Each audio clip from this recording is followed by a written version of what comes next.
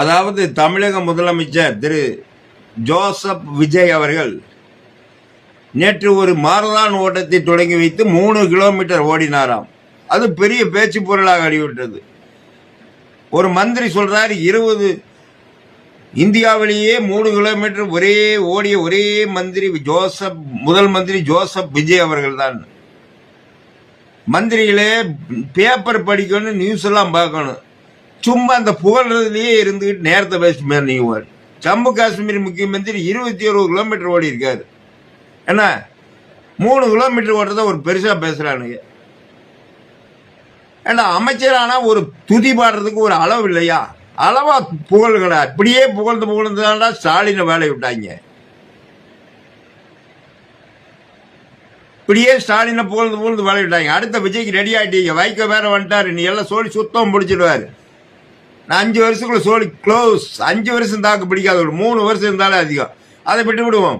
இவர் ஒரு மாரதான ஓட்டம், ஸ்டார்ட் ரன் ஸ்டாப் ட்ரக்ஸ்னு ஓடினா எப்படி மது தன்னால் நின்று போயிருமா? விற்கிறவன் வித்துக்கிட்டே இருக்கிறான் கள்ளச்சந்தையில். ஏன் கவர்மெண்ட்டே 4000 டாஸ்மாக் கடை, 3000 மணமகிழ் மன்றம், அது இல்லாமல் 1000 பார்களுக்கு மேலே 7-8,000 பார்கள் தமிழ்நாடு முழுவதும் தெரிஞ்சு வச்சு போட்டு மதுவை நிறுத்துறாரா? இவர் மாரதான் ஓட்ட வர்றாரா? வெக்கமா இல்லையா? மதுவை முதல்ல நிறுத்தி போட்டு அப்புறம் நீங்க மாரதான் ஓட்டம் போய் ஓடுங்க. மூளைக்கு மூளை போய் திரும்பி பார்த்தா பிராந்தி கடை இருக்குது, குக்கிராமத்தில் பார்த்தாலும் பிராந்தி கடை இருக்குது, எங்க போனாலும் குடிக்கிறான். இவர் அங்க ஓடினார்னா எல்லாம் ஸ்டார்ட் ரன் ஸ்டாப் ட்ரக்ஸ். கடையை நிறுத்தினாதான். முதல்ல மதுக்கடைகளை மூடுங்கள். சமூகத்தில் நடக்கும் அனைத்து தீங்குக்கும் காரணம் மது ஒன்றிதான். அத மதுக்கடையை மூடிவிட்டு அப்புறம் நீங்க மாரதான் ஓட்ட போனீங்கன்னா உங்களை பாராட்டுறேன், தமிழ்நாடே பாராட்டு. முதல்ல மதுக்கடையை மூடுங்கள், அப்புறம் பேசலாம் நீங்க மது ஒழிப்பை பத்தி. முதல்ல உங்க அமைச்சரவையில் இருக்கிறல்ல, அமைச்சர்ல எத்தனை பேர் முதல்ல ஒரு கணக்கெடுத்து பார்த்துங்க. சராசரியா மது உபயோகப்படுத்தாத ஆட்கள், மதுவினால் வரும் தீமைகள் உங்களுக்கு அப்பொழுது புரியும்.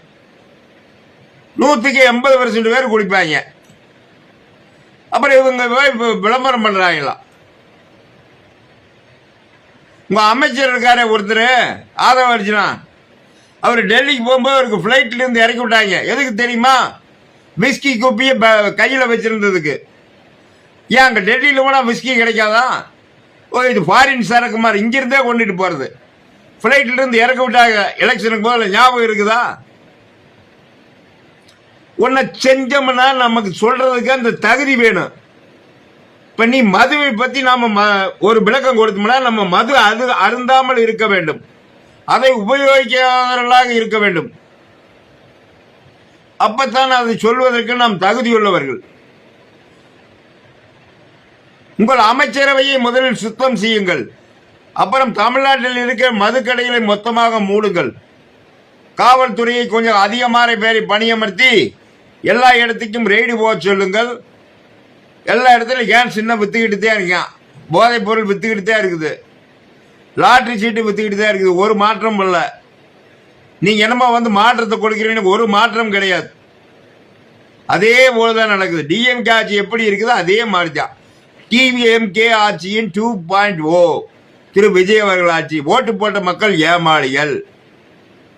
முதல்ல பிராந்தி கடையை நிறுத்து. விவசாயிகளுக்கு வாக்குறுதி கொடுத்து கடனை தள்ளுபடி பண்றோம்னா அதில் ஏமாத்திட்டீங்க. இந்த 6 தொகுதி இடைத்தேர்தல் வருதுல, அதுல தெரியும் மக்கள் உங்களுக்கு தக்கம் பாடம் புகற்றுவார்கள். 6 தொகுதி தோத்தீங்கன்னா உங்க அரசு 6 மாசத்துல காலி. எழுதி வைத்துக் கொள்ளுங்கள். 6 இடைத்தேர்தலில் தோக்கத்தான் போறீங்க. அதுல எந்த மாற்றம் கிடையாது.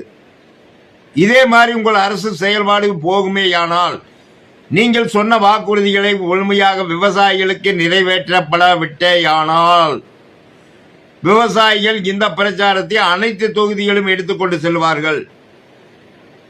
பெண்களுக்கு உதவித்தொகை கொடுக்கவில்லை, ஒன்றுமே கொடுக்கவில்லை. நீங்கள் வாக்குறுதிகள் கொடுத்து ஏமாற்றியது அனதில் மக்கள் மன்றத்தில் கொண்டு போய் வைக்கப்படும். அப்பொழுது நீங்கள் தோற்கடிக்கப்படுவீர்கள். தோற்கடிக்கப்பட்டால் என்ன ஆகும்? மொத்த பெண்களுக்கு இருக்கிற எம்எல்ஏவுக்கு எத்தனை?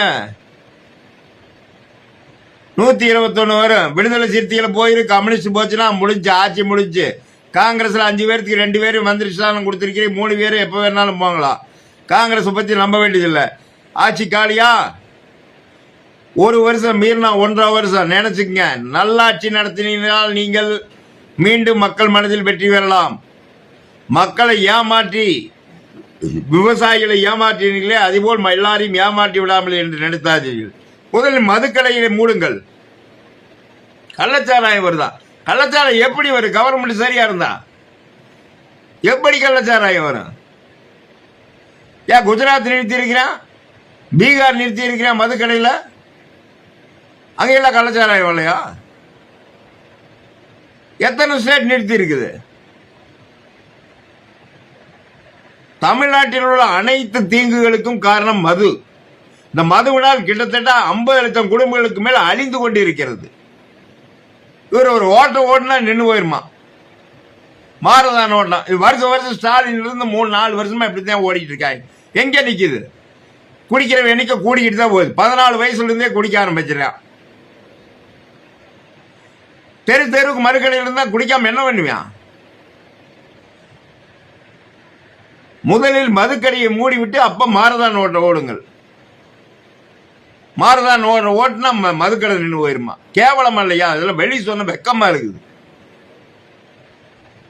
நன்றி, வணக்கம்.